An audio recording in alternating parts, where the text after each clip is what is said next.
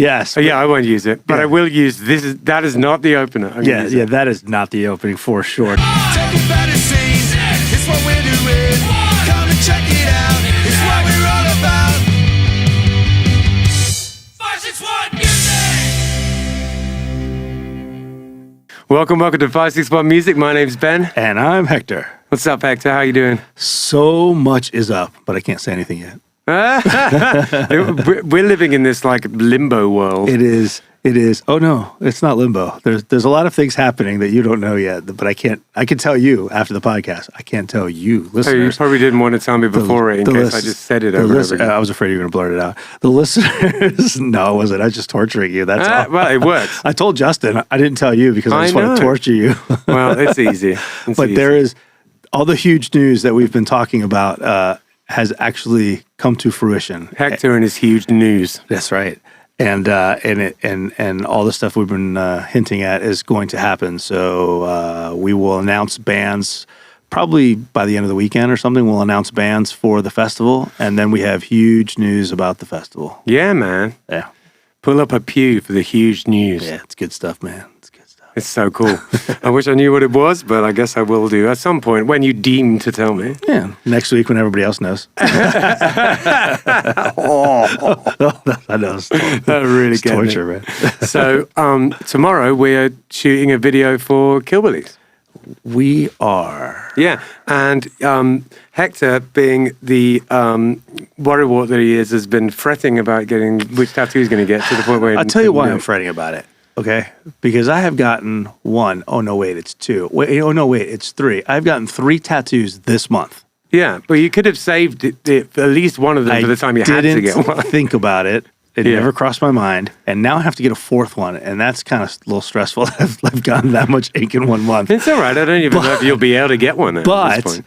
I don't know what I want. I thought I knew what I want, but I don't know what I want. And I've been talking to the tattoo artist. And he says he's going to try to, come up with something. But, like, I hate to walk in tomorrow and have him be like, this is what I'm going to do. And then if I don't like it, I'm going to be like, well, I don't want that on my body for the rest of the week. Well, if you don't want it, you don't want it. It is what it is. Hopefully you will. Yeah, we'll see. We'll see. Totally. I got, I'm getting a Death's Head moth with crossed trombones behind it. Nice. And, it's just like a, scar core type of deal. Nice, man. And, so I'm pretty chuffed with that. James is getting a Kermit the Frog with a banjo. Yeah, totally, yeah. It's rad. That's very James. Yeah, for reals. And, the whole thing's pretty fun. We're making a video for our single, No Regrets. No Regrets is coming out on February 1st. Saturday, yeah. So if you're watching this, our new single comes out tomorrow. So you should, give it a listen. I just think it's a lot of fun. It's one of the best tunes we've ever released, if not the best. I really like it. It's a fun tune, man. It's a banger. Yeah. It's the best song we've ever released. Who am I kidding? I don't know about that, but it's definitely a good song. Yeah, it's definitely up there. Yeah, it's going to be cool. And it's top 25 at least. James's banjo solo is. Oh yeah, it's sick. Dude. It's a thing to behold. Yeah, a thing of beauty. Yeah. I was pretty proud of my solo, but then James had to one up you, right? Oh, he had to. He had to. He had to. Yeah. Of course. He would have died trying. Yeah. So we have Holden Amory with us today. How's it going? What's up, dudes? What's going on, man? Thanks for coming. Thanks for having me, man. So I know you from the Atlantic Avenue Yacht Club. Yes, you do. So you put on shows there and manage the bar. How long have you been there? So I've actually been there since they opened up. When they did their soft opening, I showed up and met all the owners and told them that I knew a bunch of the guys in the scene, and told them that if they needed somebody to book their music, I'd be happy to do it. Kind of got my foot in the door, right? And then was playing there kind of every weekend, booking their stuff. And then when the opportunity came up about a year ago to be the general manager, I took over the entire ship. So nice. Yeah. Nice, man. Could you explain to me, and the listener, of course, a little bit about the decor and like what why the Atlantic Avenue Yacht Club is what it is? So it's supposed to be like kind of a tongue-in-cheek joke for the owners, right? It's we're not a real yacht club. It's supposed to be a Caddyshack themed bar, believe it or not. You'll see like a bunch of I think I figured that out, or you told me, or something like that. Yeah, the Rodney Dangerfield quotes and the pictures everywhere and stuff like that. Yeah, it's real cool. I love the way that the stage is a boat. Yeah, it's pretty fun. We got a. They actually wanted to make the boat stage like half the size of it or whatever. They still wanted to do like 4 or 5 piece bands, and I was like, if you want to fit anything more than a solo act, I'd suggest making it a little bit bigger. Kilbilly's, it's a little bit of a squeeze vibes. It is. Yeah, because it's half the size of that where you stand in a straight line. You guys bring down the entire house whenever you come over to the We have so much fun, man. We love that. It is a fun spot, man. Absolutely. It's a really cool place. And those kind of like more intimate type of gigs are my favorite. Like I would, and I'm not just saying this to just be an edgelord or whatever, but I would play a smaller, good show over a giant show any day of the week. There's so much more fun. Yeah, I really do enjoy the intimate shows. We've had some pretty fun like bigger acts there too that put on like little tiny baby shows like that. We had like Mickey Avalon. Oh yeah, My Dick or whatever. You know that song? Yeah, and he plays quite a lot down here, doesn't he? He was up in Stewart sometimes and stuff. But do you know where he's from? I think he's like the Philly area. Okay. I want to say the Philly area, which kind of worked out for us because we're also an Eagles bar. Go Birds. Yeah, there you go. Yeah, he does a lot of touring and stuff, I guess, because every now and again I'll see his name like, somewhere like, I don't know, in Stewart or something like that. I think he played at Terra Formata not that long ago. We had Chitty Bang one time too. Oh, cool. Yeah, he was just like about to release his album. He's a really funny dude. It was actually on 420. Oh, wicked. We did a little festival, like a little music festival at the Yacht Club. He was closing out the show for us. And there was one point where he's on stage and he's like talking to the crowd. And he's like, who's got a joint? Like this one guy like pulls one out. He's like, give it to me. He's like throws it up on stage. He's like, I need a lighter. Throws the lighter up. Starts smoking the joint on stage at Yacht Club. Everyone turns and just stares at me, and I just kind of fade back into the closet. I saw nothing. Yeah. So once everyone else started sparking up, that's kind of when I had to go out and be like, yeah, don't do that. Yeah, that's a tough one because it's not like you care, but you just don't want to get closed down. Yeah, that's exactly what it is. Yeah. That's a weird one. The owners would kick my ass if that happened, So yeah, exactly. It's more of a legal issue than anything else. But yeah, cool, man. So how long have you been playing music? When did you get into playing music? So I always loved singing from like a young age. I didn't start playing guitar though until I was probably about 16. Right. I'm 30 now. I was always into sports, right? As most young dudes are, and my academic teacher or counselor, she noticed that I had the last hour off every day, and she's like, "Oh, well, there's a guitar class you could take if you wanted to take it." And I was like, "Oh, wow!" Well, I tell you what, sometimes teachers just really nail it, and they just get they just figure someone out, and that can change your life. Just a good teacher. Absolutely. I mean, she knew before I did, and when I was younger, I wanted to be. I think my senior quote is something to do with want to be president in 2032. So we're kind of coming up on that, but that dream's kind of died. Still time, man. Still time, right? We still got a couple of years. Right? Yeah, it was the Olympics at one point. Now it's president. We need you, man. Now. Run. Yeah. Good timing. Man. So man. So I had the last hour of every day to kind of go and tool around on the guitar, and I started writing songs.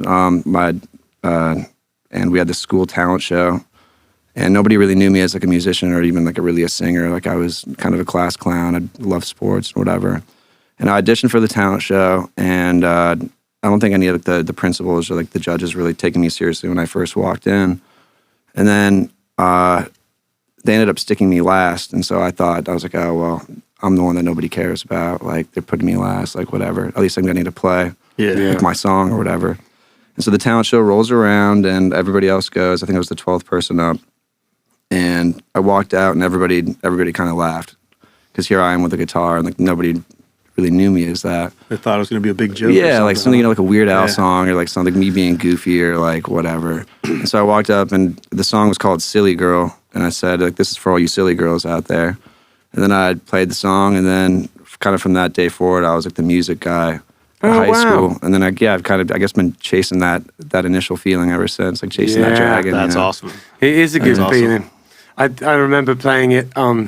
high school, I went to a boarding school, and we had like a big hall that we used to have our assemblies in and stuff. And I remember doing that like when I was 16. I got to play an assembly, and so funny. It was like 7:15 in the morning or something like that, and we were doing like Rage Against the Machine, and we were doing all these like Red Hot Chili Peppers, just screaming our heads off, and everyone was just like, "Why are you doing this to us? It's too early." But then I did get to redeem myself a couple of years later, and we played like a gig in the evening that people like.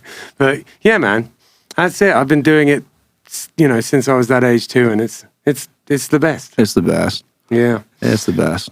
So is it guitar? Do you play any other instruments? I mean, I can like beatbox. Mostly go the guitar. Yeah, I've seen you. We luckily managed to catch some of your set when I think we were playing after you one day. Yeah, and you were playing, and you got that looper down pat, man. That's my favorite thing. Yeah, the RC300. Yeah, it was. I started playing that back during COVID. I think a lot of people ran in the same, or were in the same situation as me, where they couldn't really play with their friends anymore, but still needed to find a way to scratch that itch. I got my new looper around that time. Yeah, and so like I'd moved back up to Vermont for the time, with like my goal to kind of move back down here and start gigging again, and I was researching the loopers. I found the RC300. I picked it up, and for pretty much 8 months, I would watch Ed Sheeran shows and just like all the different loopers out there, like Carl Walkner. You can get an RC300 for peanuts now. Oh, peanuts! Yeah, absolutely, totally. What do they have now? The 600? Or yeah, yeah. And the RC300 can do so much. It's a very versatile looper. Yeah, I'm a proponent of if it ain't broke, whatever that saying is. You know what I mean? Yeah. Well, that one especially is just. Sometimes they bring out gear and it works well, and that's like a perfect example of that. It's probably like 12 years old, I think. Maybe a little bit older than that. Maybe older than that, man. I've got the RC600, which has some extra features, but do I use them enough to justify getting it? I don't know. Probably not. When that came out, like last year, right? Yeah, it's probably 2 years ago, maybe the 600. I tried tooling around on it a little bit. I mean, it's all right. It's the RC300 is fine. It's good. It's for the stuff I do. Yeah. I didn't really need to get it, honestly. Yeah. Like every now and again I'll use some of the features. Like it's got like a load of really high quality like drums on it and stuff like that. And sometimes I'll connect like MIDI like things so I can play the drums and stuff too, doesn't it? Like more so than the 300. Yeah. But like I don't really enjoy, like I prefer having my drums as a separate thing anyway. If you start doing too much stuff in the box, it starts getting a bit cheesy sounding. Yeah, that's what I was going to say. Is I don't really like the preset sounds. Like whenever I play my shows, I always tell people, and no offense to the people I guess that do it, but I always say that like whatever you guys are hearing today is being built on the fly. Nothing's pre-recorded. Pre-recordings are for cheaters. You know, like if you want to do it, maybe find somebody or put somebody in your band that can do it. If you want like a horn section. I 100% agree with that. It makes the show so much better. Like I always get kind of turned off when. Like, what's a good example? The other day, I was at Tin Roof, and the band playing. It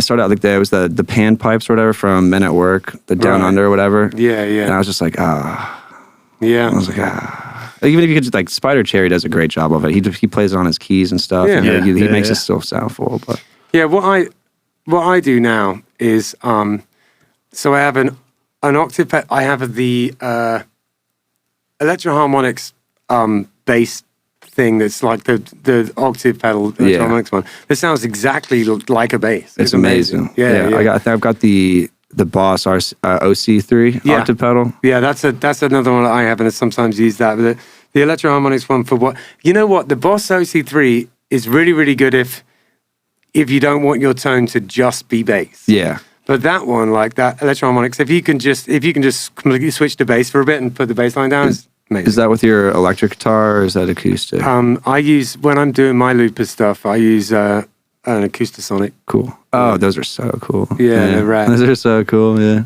Yeah, but so I can relate with all the stuff you're doing like massively. about twice or 3 times a month I play those kind of gigs. Cool. And I love it. I didn't know that. That's awesome. Yeah, man. So, tell us a little bit more about your style and the kind of music that you make.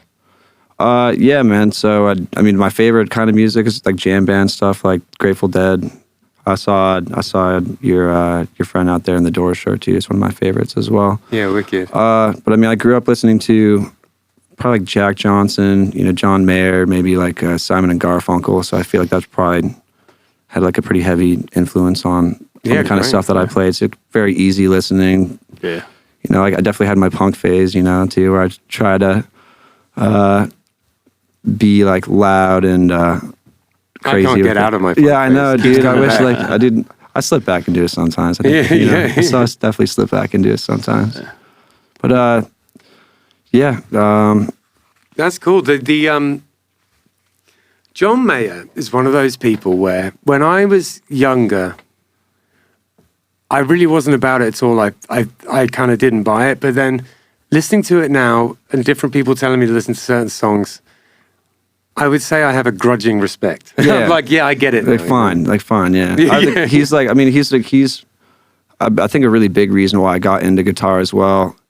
Shout out Max Hare. When I was probably like right before I started playing guitar myself, the whole reason I kind of got into it, or maybe even considered it, is because I would be hanging out at my buddy's house, and he was kind of just picking up the guitar, and he would, I would just like sit on his couch, and he would be like, "Yeah, check this out." And he'd like put on like a John Mayer song, like Gravity or something, and like he'd play along to it.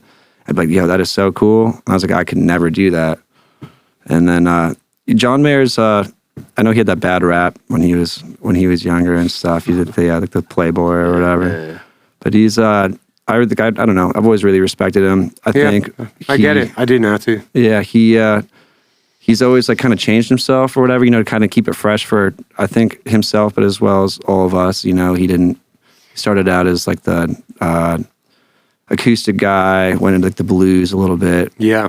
And he's really good at playing blues. Oh, dude, he's so good. Yeah, and and his the amount he cares about his production and about the sounds on the record and the amount he knows about music is admirable. He really does. Absolutely. He's a boss. Yeah, when he and the Grateful Dead joined up or whatever and became Dead and Company, it's like probably one of the best days of my life. Yeah, man. Yeah, dude, it was awesome. So you went to see that? Yeah, I actually. I saw it was supposed to be their first show for their tour in 2015 at Madison Square Garden on Halloween, and then they ended up playing the night before in Albany. So whatever, but it was still cool. I brought my brother. We like paid off the floor guy too, so we could like be like real front and center. We were probably 15 feet away from Bobby Weir and John. Yeah, it was the coolest. Probably to this day my favorite show. That's awesome. That is awesome. Man. So jam bands is where you glean your inspiration from, and some of the classic folk people. That makes total sense. When it comes to writing, how much writing have you done? I've done I've never released a single song, but I've probably written definitely north of 1,000. I would say. Yeah. Just I'm not interested in it. I don't know. I've always, the way that it was kind of, it was put to me was like the first song you release is kind of like your handshake to the world, right? And so like you want that to be like a 9.5 or a 10 out of 10. So you don't want your handshake to be 8.5, because then no matter what you release after that, people might hear that first song and be like, oh, well, that's kind of what they judge you by, maybe. I would say is it depends on your approach to it, because if you only ever release 10 songs, then that's definitely true. But if you release everything you ever do, then you do a David Bowie and just kind of, because David Bowie has loads of good stuff out there and loads of trash too, but he's got so much. And it changes so much too. Yeah. So I think there is a certain amount of truth to that, but only if there's you end up with a limited catalog that comes out. Yeah, totally. So you haven't released anything, but have you recorded? Yeah, I've recorded. Yeah. All right, man. Yeah, we got to check some of these. Yeah, it's a. I mean, they're all kind of funny stories, I guess. Maybe not funny is the right word, but I've got I recorded an album when I was 21, 22. Right. It was like 10 songs. It was kind of jam bandy, but honestly, there was I think maybe 8 or 9 tracks on it, but each one was kind of like a different taste, you know, like, but all kind of coherent, you know, still. Cool. Like a little bit of blues, a little bit of jam, a little bit of acoustic pop. But yeah, that never saw the light of day. Do you just, I mean, do you just write, like when you're writing so much, like do you just write something, record it, and do you sit back and do you think to yourself like, oh, this is like what you were saying about the handshake? Do you think back like, oh, it's like an 8 3/4. It's not quite there.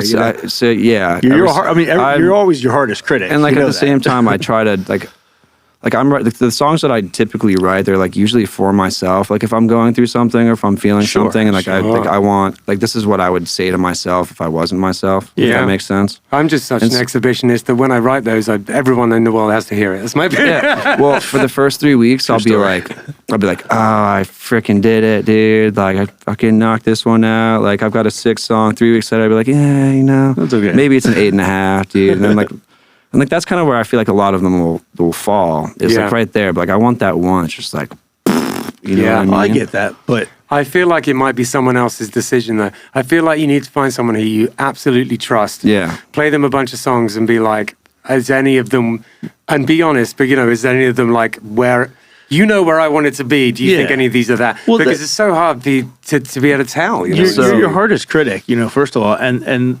you like, you know, like Ben said, you don't know. You could bring 100 songs to somebody and they might be like, bro, you got like 9, you know, songs in here that are 10s, you know? So it's pretty funny. Again, funny might not be the right word.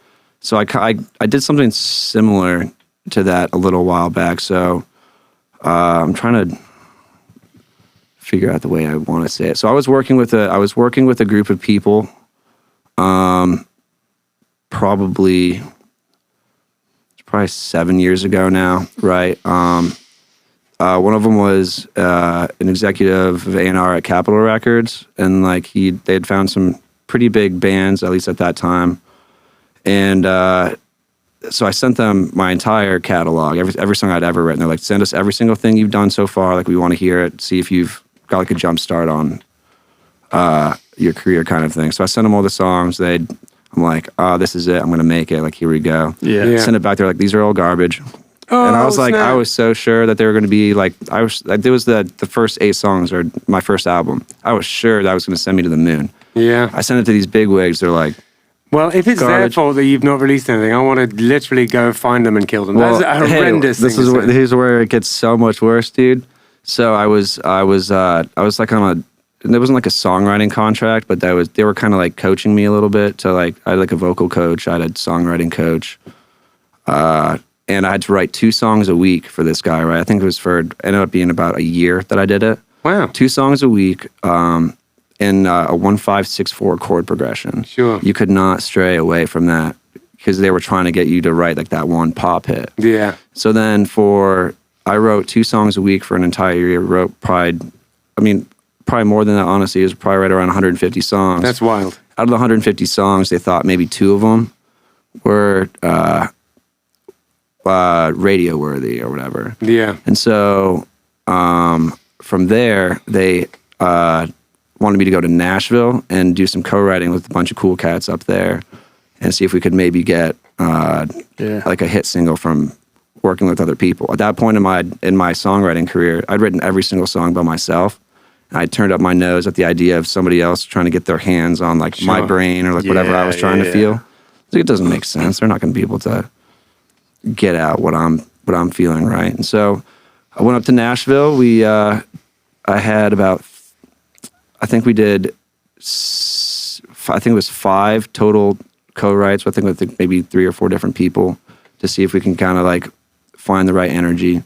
And out of the 5 songs, he thought that the group thought that 4 of them could be put on the radio, and so then it became which one would we like lead with,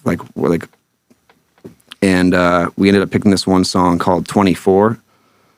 But it was part of me like I don't know, maybe that could be a song we could link in here or something too. It felt very bubblegum for me. I felt like I was almost like selling out a little bit, dude. Sure. Like, I was like, it's kind of like what they wanted. It's not really what I wanted. And so I got really disenfranchised with Was that released though? No, never released it. They wanted to get it all going and put it out. It's interesting because I didn't believe in the song enough to. It's very interesting because predominantly, but not like exclusively, we have people on here who've like who their own music and they're pushing original stuff. And ironically, having released no songs, you've written more songs than 99.9% of the people we've ever had on the show, which is really interesting to me. Yeah, I just think that's fascinating, and I also find it a little sad. One, and also, and it is, because cry today about this. It is a little sad. No, it's definitely sad, man. Honestly, and also impressive. Like I get you must be good at it by now. Yeah. Well. All right, that's it, man. To each their own, I guess, Like, it's always been my favorite thing to do. I remember the first song I ever wrote, I was in 3rd grade. We had like a after school singing class. I think I was the only guy in it. But I wrote a song called like Trees, Eagles, Bluegales. I don't think bluegales are even a real bird.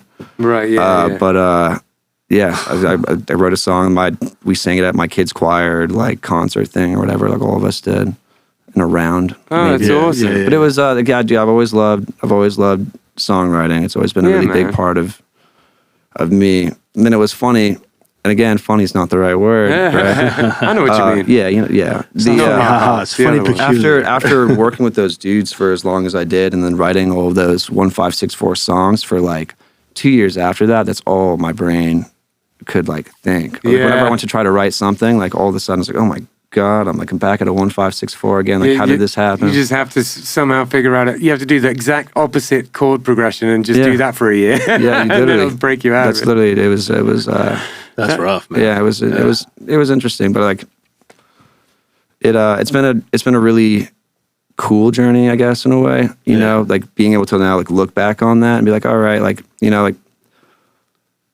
I don't know if it happens for you guys ever. When I listen to some of the songs I wrote when I was like 17 to like 22, I'm like, how the fuck did I do that? Sure. Yeah, like how was I that creative? Like how did I? Like sometimes there's just a little piece of inspiration that it's not like the guitar ability or anything like that. It's just like so hooky, and like there's just a little bit of inspiration in there that you can't, like, how did I think of it? Yeah, I know what you mean. So yeah, it's just it's been very interesting, like looking back over everything. Yeah, and then regardless, like not releasing anything though. I mean, it sounds like you've had a pretty cool journey, so to speak. It's been a very interesting journey. Yeah. Do you think you ever will release anything? Yeah, 100%.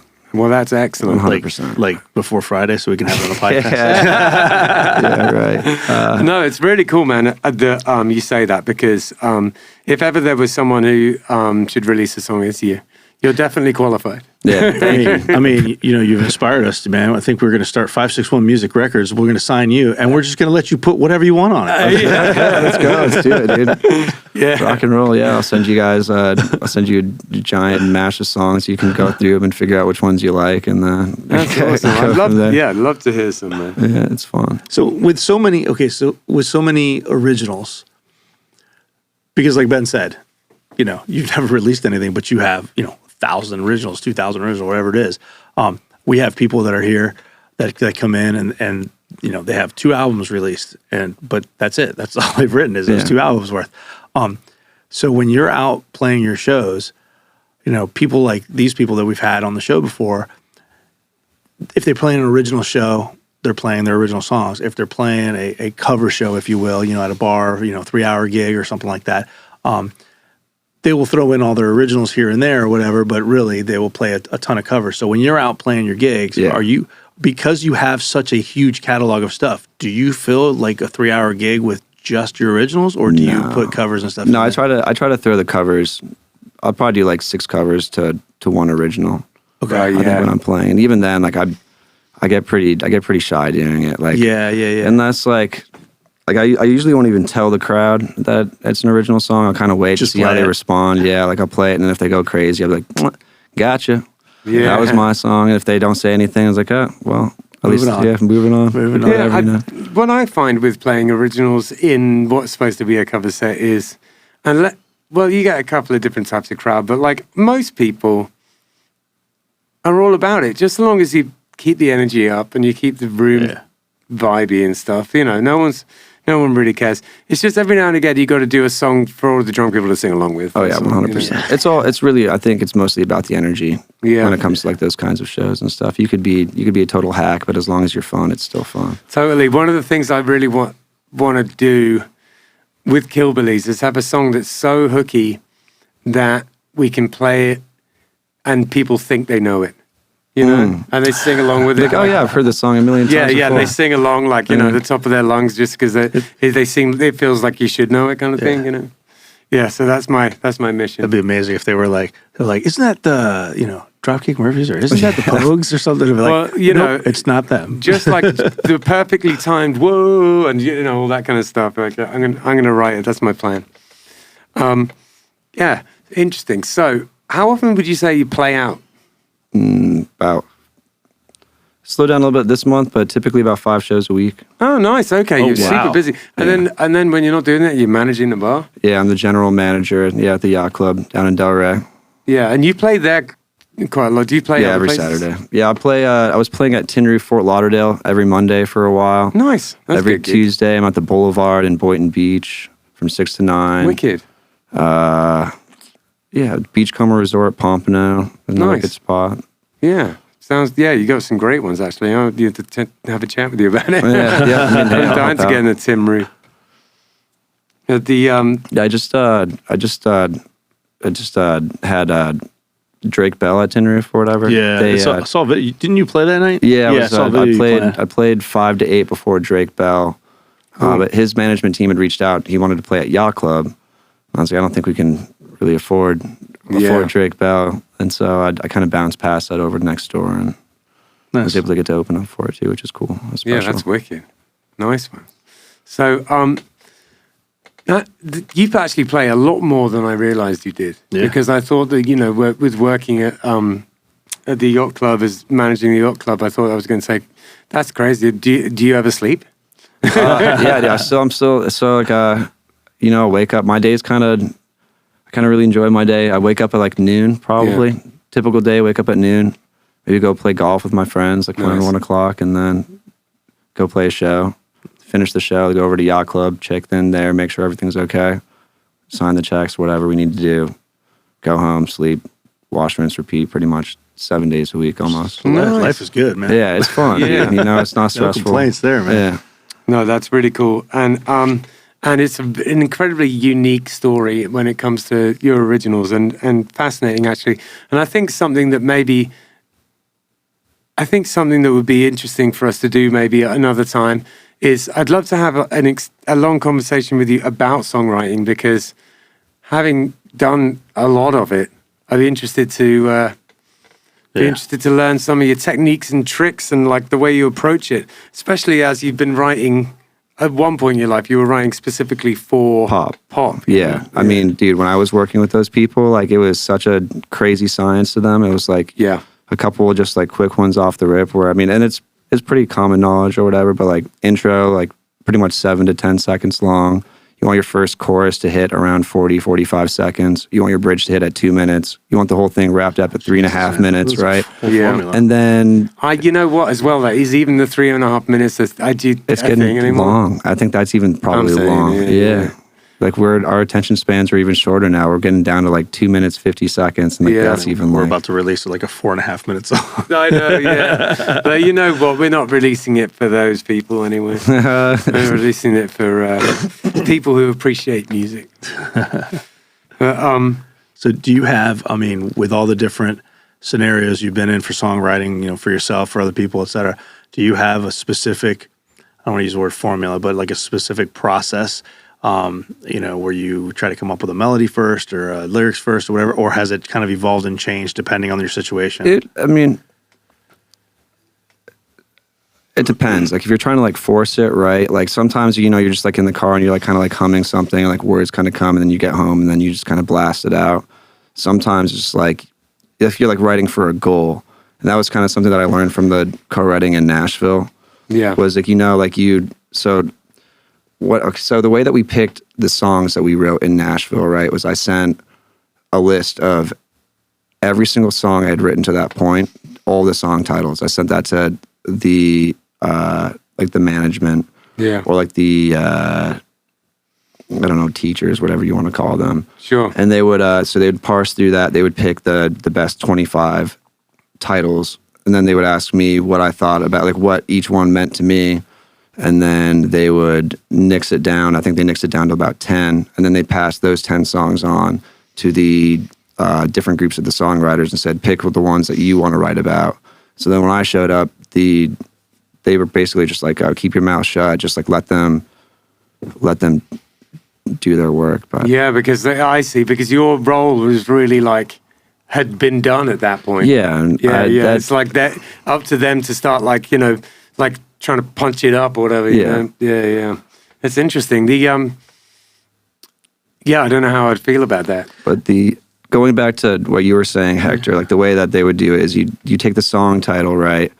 And then with the song title, you would try to get like a guitar vibe, right? Like you're trying to get like that match the energy of like what you think it's going to be about. And then from there, you kind of start like just kind of like spitting like random lyrics at the wall and then kind of just build it. So you start with the title. Yeah. So the first thing they asked of you was, okay, because I thought when you said the titles, it was the titles of actual songs already. So this is just like a bunch of random titles. So yeah, so they basically wanted me to like brainstorm a huge list of what I thought would be good song titles on top of all the songs I'd already previously written, right? That's really interesting. I'm going to try that out. We should do that. That's crazy. Yeah, and so then you'd pick the ones that you thought were like the coolest sounding song title, and then you'd like write a story around that or whatever. But what if it was like, what if they had picked, and maybe they did, but what if they had picked one of the song titles that was already one of your songs? So they did actually. Okay. And so it was a song called San Francisco, and mine was definitely pretty fruity compared to how it came out. Like the one that we ended up writing together, it was this guy named Jeff Pardo in Nashville.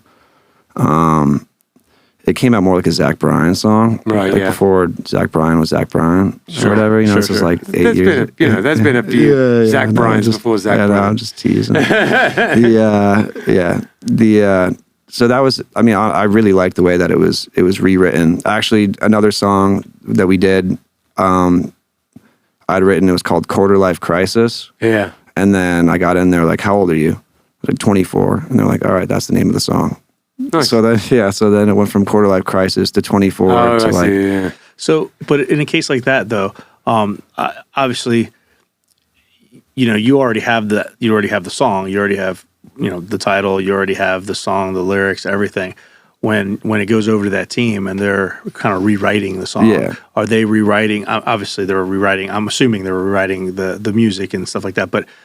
Are they listening to what you have and then taking that and redoing it, or they're just taking that title and they're just doing a song? Yes. So it could potentially have none of your lyrics at all because they haven't even heard these lyrics. Absolutely. So they didn't want any like preconceptions or whatever of like the song, right? So they didn't want me to really describe like my side of it or whatever. That's what they told me at least. And then when I got in there and it was actually with the songwriters, it was just a bunch of us. Yeah. Right. They're like, oh, so like, what's this song mean to you? Like, what are we doing? Like, what are we accomplishing here?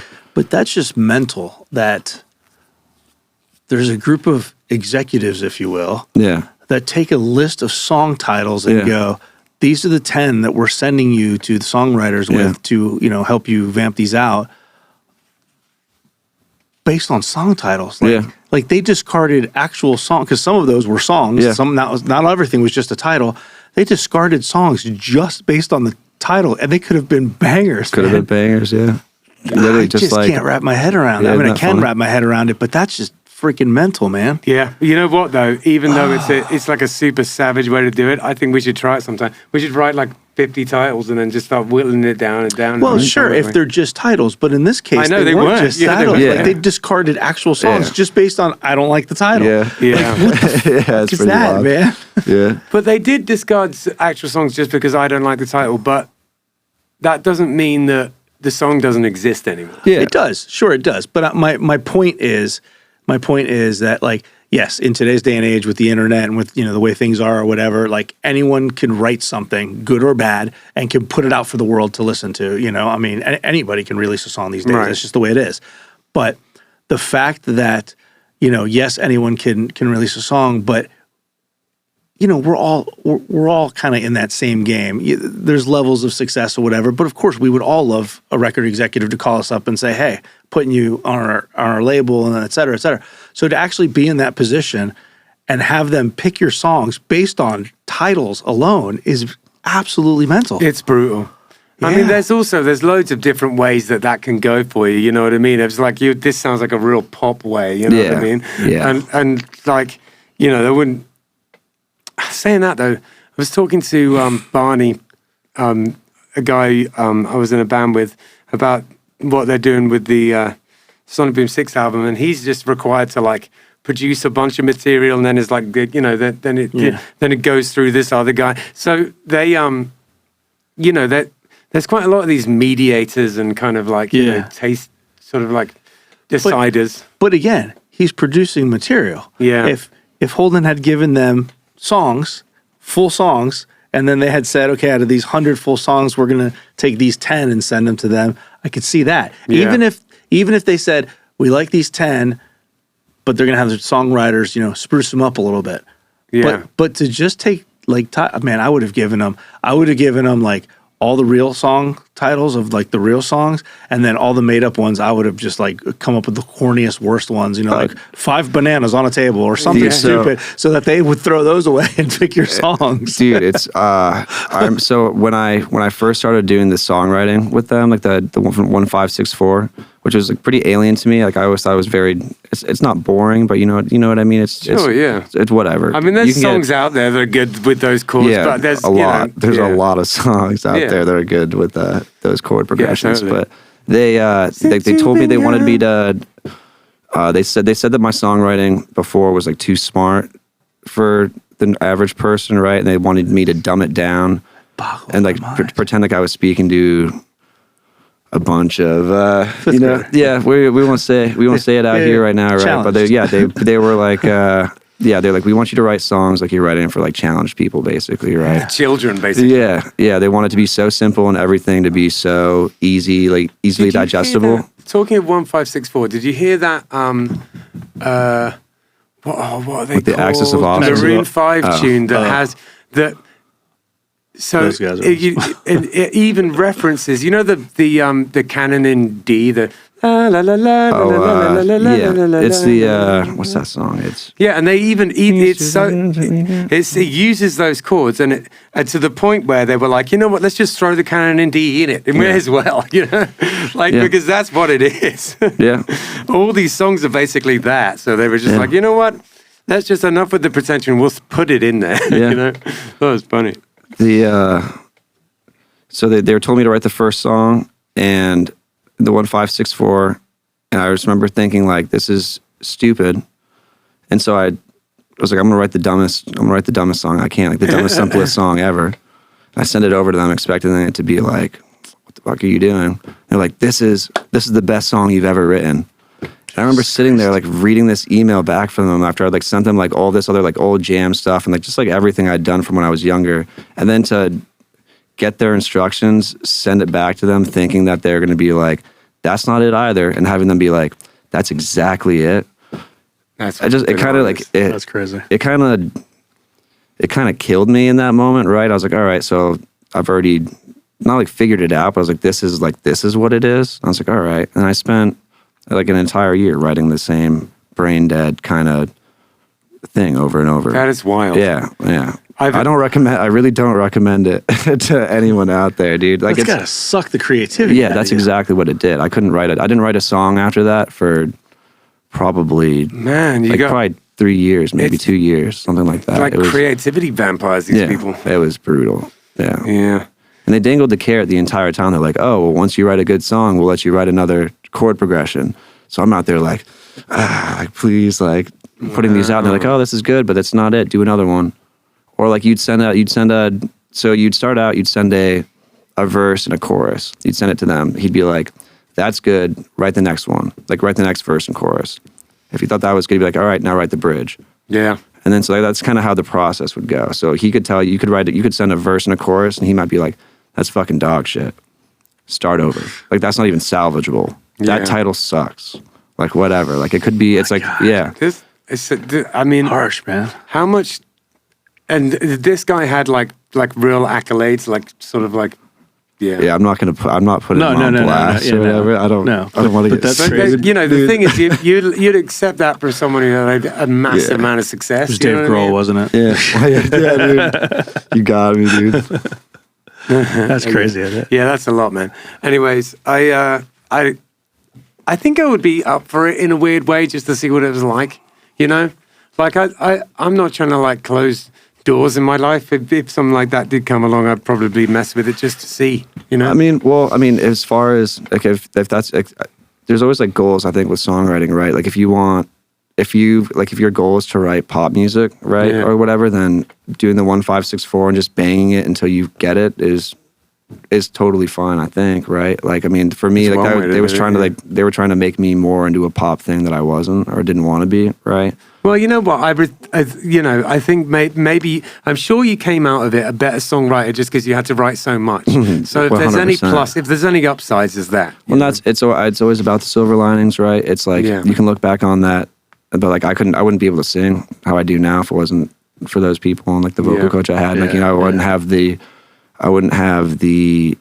mindset, I guess, for when it comes to writing songs or you know, like, or like the different tools that I think I do have now, because like they gave me a lot, 100% gave me a lot. They also did me dirty, you know, they're not like mutually exclusive, you know what I mean? Like I can be grateful for sure. You know, I can be grateful for what they gave to me and stuff, but definitely still equally mad at them. Fucking pissed, dude. Honestly, like it was tough. Well, listen, I think now might be a good time to hear. I'm not 100% sure what it is going to be, but we're going to listen to something that you've done, and we're going to listen to it right now, and then we're going to come back, and we're going to talk a little bit more about it, maybe, and if not, about some other stuff. Sound good? Love it. Wicked. Fool me once, oh shame on you. But if you keep on loving me, yeah, the way you do, oh fire it, so fire it. Well, none of that matters when you lie to me. So fool me twice, shame on me. But I'm addicted to your loving and this feeling. When I try to tell you, I try to hear and when I'm standing at your door and I ain't leaving. So chase me for once and I'll make you work for my love. But just let me know when you've had enough. Don't go and jump ship when the going gets rough. Oh, chase me for once. I'll make you work for my love. But just let me know when you've had enough. Don't go and jump ship when the going gets rough. Oh. You said that persistence is key, and if I stayed up on your radar that you'd end up with me. I see a devil and an angel, not sure who to believe. I miss the days where I could go and just flow with the breeze. Now you see me begging on my knees, thinking of a special way to ask you never to leave. So please don't, please don't. If you never get a taste, then you'll never get a no. So chase me for once. I'll make you work for my love. But just let me know when you've had enough. Don't go and jump ship, don't go and get rough. Oh, chase me for once, and I'll make you work for my love. But just let me know when you've had enough. Don't go and jump ship, don't go and get rough. Oh, well, I'm so tired, and I don't wanna run no more.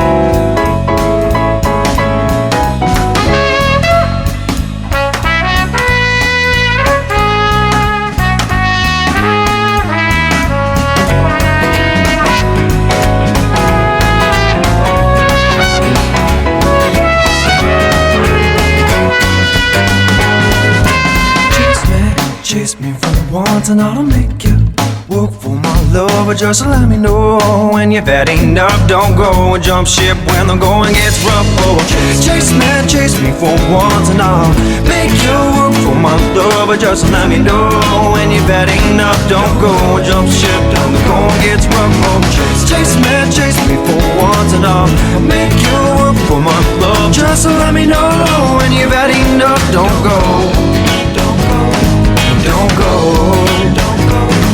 don't go. Jump ship when the going gets rough. Oh, oh.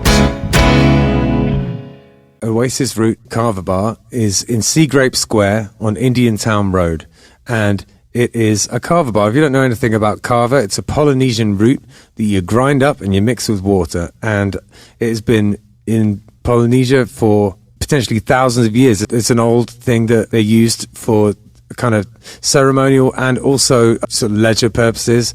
It's meant to be something where, you know, that brings people together. You all take a shell of kava and chink them together and say bula and have it together like that. It's meant to be something to bring people together. It has a kind of an effect, which is, I guess, a kind of a slightly warming effect. It just kind of makes you feel nice. It's not particularly intoxicating. It's not like drinking alcohol. So the atmosphere in a kava bar is sort of like a cross between a regular bar and a coffee house. It's pretty chill in there. You get all sorts of different types of kava bars. Some of them are more like a club, you know, there's sort of like blacklight and EDM playing.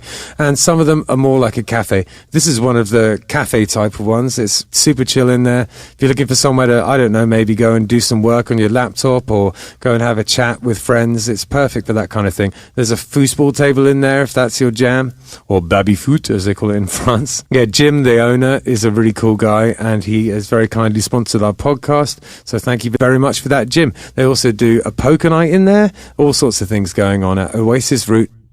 561 Music is sponsored by Live Music Community. It's where we film the podcast that you're listening to right now, and it's also where I work. Gavin, Hector's son, was a student here for a long time, and in many ways he's the musician he is today because of the teachers at Live Music Community. We taught him not only about his instrument, but also about being in a band, and his band, Unemployed Youth, accomplished a lot of goals, mostly band etiquette, how to work together, and all of the nitty-gritty that goes into being in a band on a day-to-day basis. The student signs up for lessons, learns their instrument, joins a real band, and decides the direction it goes in. And we can take people from very young age, 6 or 7 years old, all the way up to 80. There's no age limit here. We run an adult program for people who want to be in a band as adults, but really the main focus is on the kids and getting them playing together and in bands. We are also a studio, a live stream venue. We can record audio or video. The Killbillies live album, Warts and All, was recorded here. It was recorded during a live stream that we did during COVID. Justin had a great idea to record live streams during COVID. A ton of bands came in, and it was a real success. Outside of that, we can record albums, we can help you with your EPK, and we have full audio-visual capabilities here. LMC is in Palm Beach Gardens on the northwest corner of Military Trail and North Lake Boulevard. And if you go to livemusiccommunity.com, you have all the information you'll need right there.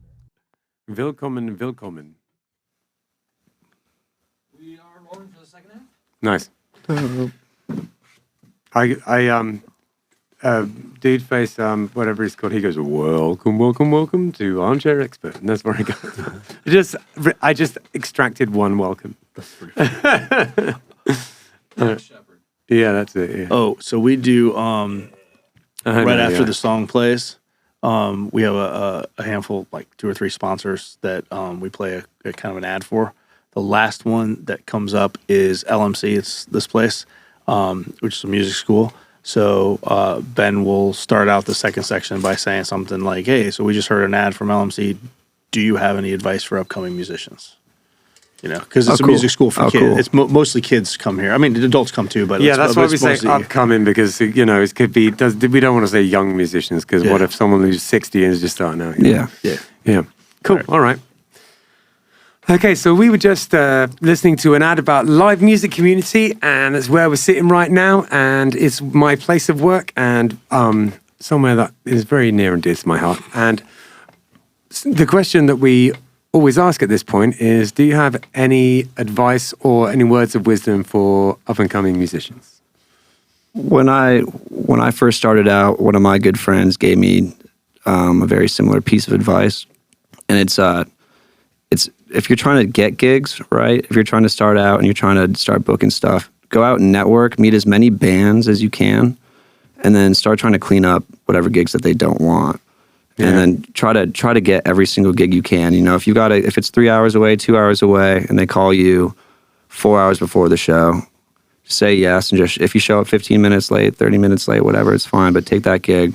Yeah. Play as much as you can. Get as many shows under your belt as you possibly can. Yeah, that's true. At the beginning, you just need to get the hours in, get the miles in. Yeah, you're gonna fail, and you're gonna fail a bunch, and it's gonna suck, and you're gonna hate yourself some nights or whatever. I can't tell you how many shows I played where my in-ear, like everything sounded fine in my in-ears or in my wedge, but there was actually no house sound because I had my mixer muted or something stupid like that, you know. So just get out there, play as much as you can, and clean up as many gigs as you can from all your friends. Yeah, it's good advice, and I've had people do that to me before in the past as well. Like it's like I'll be saying something like, "Oh, you know, I'm so tired. I got to go and do this," and they're like, "Oh, well, I'll do it for you." Yeah, and I'm like, "No, I'm going to do it." Because you said that, now I want to do it 10 times more. It was actually, Jutt Huffman, he was on your guys' show, I think, a little while back, too. He was a big reason why, when he didn't want to do something, he'd call me. I'd be like, hey, you want to go do this? We're like, absolutely. I'd drop everything I was doing. I was working at a theater at the time. And I'd tell the boss, I was like, hey, I booked a gig. And she, luckily, was nice enough to be like, get out, like, go on. Nice. That's what you want to do, so. Yeah, that's awesome. Oh, man. Just talking about the way it can sometimes interfere with work. This is a funny story. I was pushing my, at the time, punk band when I was in my early 20s. And we were always away. We were always playing gigs the whole time. I was on tour all the time. And I had no money. And you know, I was still like bordering on ending up like homeless because I couldn't pay my rent. So I went to the dole office to see if I could get them to give me money. And I was sitting there and I was like, oh, you know, like I haven't been able to work. I keep getting fired from jobs and stuff. And he was like, why? And I was like, oh, you know, I'm a musician. I'm an aspiring musician. And he just looks at me and he just goes, well, why don't you write a song about it then? And just like made me leave it. That's cold. Dude, that is cold, dude. Yeah. That is ice cold. When you said, when you started out that story by saying, you know, speaking of it interfering with jobs, I know Justin was sitting in the control room going, oh shit, he's going on tour for like 6 months. I know he was panicking a little bit in there. No, yeah, it's not that. But, you know, not to say that but it's also, not we that. are going on tour for 6 months, Justin. Yeah, so, give us an example of like a song that you like, that you're proud of, and how you wrote the lyrics for it. I mean, so I guess one of my most recent songs that I've written is called Halfway Left. Yeah. Right. And so when I was I think I was probably 12, 13, my grandfather stayed in my house with us, with my family. And he was a wise ass, right? And he used to say things like, I might not always be right, but I'm never wrong. Right. Yeah, he would say that if you ate crackers, right, you're going to die someday. Assuming that most people, they'll have a cracker at least once in their life, so you'll probably die if you eat a cracker. That's his logic, right? But if you would ask him if he was all right, like, Gramps, are you all right? He'd be like, or Poppy, are you all right? He'd be like, no, I'm half left, or I'm halfway left. Right, yeah. And so I was sitting on my couch one night, it's probably like maybe a month and a half ago, maybe 2 months ago. And I was like, I want to write a song. I don't know what to write about, but I feel kind of halfway left, like thinking about my Poppy, and I was like, bing. Yeah, nice. Right, and so then I think within 30, 45 minutes, I had the first two verses and the chorus and everything. Yeah, that's awesome. And, yeah, it was just, you know, it was lightning, kind of, but like it was kind of odd, you know, for that song though. I started out with the chord progression. Like I wanted it to kind of be opposite of each other, right? Like I wanted it to be like upbeat and fun and kind of bouncy, but I wanted the lyrics to be kind of like not self-deprecating, but being like, like shit, like I'm halfway left, but like, you know, what's the chords? Like I'm halfway left. No, I'm not all right, but I'm trying my best. You know, something. I've read a lot of songs like about that. You know, it's just like something easy, like whatever. And it was just a song that I'd written for myself for like that moment. That kind of like power through, we got this even though things suck type of song. Totally. Most of my songs are that. Yeah. Right. That's what that's either that or it's like love or, you know, whatever. Yeah. So, yeah. Totally. That's awesome. So when it comes to shows you got in the future, is there anything that is like immediately coming up that people should know about? I mean, I play, you know, every Saturday I'm at the Yacht Club right now, Atlantic Ave Yacht Club from 7 to 10. in Delray, and then I'm at the Boulevard in Boynton Beach every Tuesday from 6 to 9. I'm talking to a couple other spots right now, maybe Banana Boat for Sundays. That'd be fun. I want to kind of switch up the schedule. I kind of play the same spots. I used to play across the inlet. Was it Two Georges? Yeah. Is that what it is? I played there for years. It's a fun little area, man. Yeah. And they get some pretty good business and some good traction, like tourists and stuff. So I think it'd be kind of a fun spot to be. It's really funny, like when there's such a competition because like you'll be playing on one side of the street and then they'll fire up on the other side of the street and you get a bit louder. And it's really, I hate that shit. I've played a few shows like that where like, the other band's getting a little bit louder, so you're getting a little bit louder, the other band's getting a little bit louder. Yeah. It just gets obnoxious. Only sometimes, only when it is that. Oh, yeah. You know, a lot of the time it's not. And but I used to enjoy playing there because it's such a nice view of the water around. And I had a guy scream at me once in like a little like sound war or whatever. I was playing inside and he was playing outside, and whenever somebody would open the door to the bar, like all my sound would pour out and just like kind of drown out whatever he was doing. Yeah. And he ends up like walking in and just like walks up to my stage. He's probably like 60 years old. Oh man. He's like, when the fuck are you supposed to be done? And I was like, whenever the owners over there tell me to be done. He's like, great, because you're fucking up my shit. And like stormed out of the bar. And I was like, oh. I was like, all right. I was just, the owners told me, I was like, dude, like, fucking don't hurt me, man. Yeah. Jeez. So that's when you walked over to the door and you pried it open and wedged it, just left it open, left my shoe in the door, yeah. Oh, dear. You would have thought at his age he would have, been a little bit nicer. Now we get crankier with age, man. Who's we? I'm going to get nicer and nicer. No, good stuff. So, it's been a pleasure having you on here. This is one of the most interesting stories that I've ever heard in terms of trajectory of career. Just what I really, really hope for you is that we get some out here to see the light of day, because you're an excellent songwriter and an excellent musician. So and I understand what you're saying. I understand. You're a perfectionist, and I don't think there's necessarily anything wrong with that. Just want to get it right. Yep. Yeah, that's all it is really for me. I want it to be right. I want it to feel right. Maybe when I'm done with my songs or whatever, like when I feel like they've run their course for me or whatever, maybe I can share them a little bit more. Do you think so? You've been talking about how you've really been wanting to get to that one song that's a 10. Do you think if you ever get to that point, or when you get to that point, and you release that song, that it kind of gives you the go-ahead to open the floodgates and start releasing the other stuff, because now you've gotten that one out of the way? That's really, honestly, it's kind of like, once I get that 10, like all those 8.5s or the 9s, like at that point, like my handshake's there. Like I would dump it all. Yeah, it would all be out there. So you'll know when he has the 10, because there'll be 1,000 songs released at one time. I don't know about 1,000 being released, but yeah, man, that's that's actually not a bad approach. Just keep writing to try and reach that mark. Yeah. Because then once you do, you got 50 bazillion other songs you can release. They're like, we want more. And like, when they want more, already thinking like that's what they're going to be getting. It's always going to be elevated, and I think in their eyes. And so I want the first one just got to be like a really solid, like, this is me. Yeah. Like, hello world. Fair enough. So I don't. Yeah, that's my mindset. It might not be healthy or right, who knows, right? But I like that thought process. That it's your hand, that it's a handshake to the world. Yeah. You know what? It's yours, and no one had. You can do it however the hell you want. No one has. There's no rules to this. And I've got some friends too. Honestly, like they'll release songs under like different names, right? Like they'll because they don't want it to interfere with their actual like the stuff that they want the world to know them for, right? And so like I could maybe toy around with that. I wouldn't tell anyone.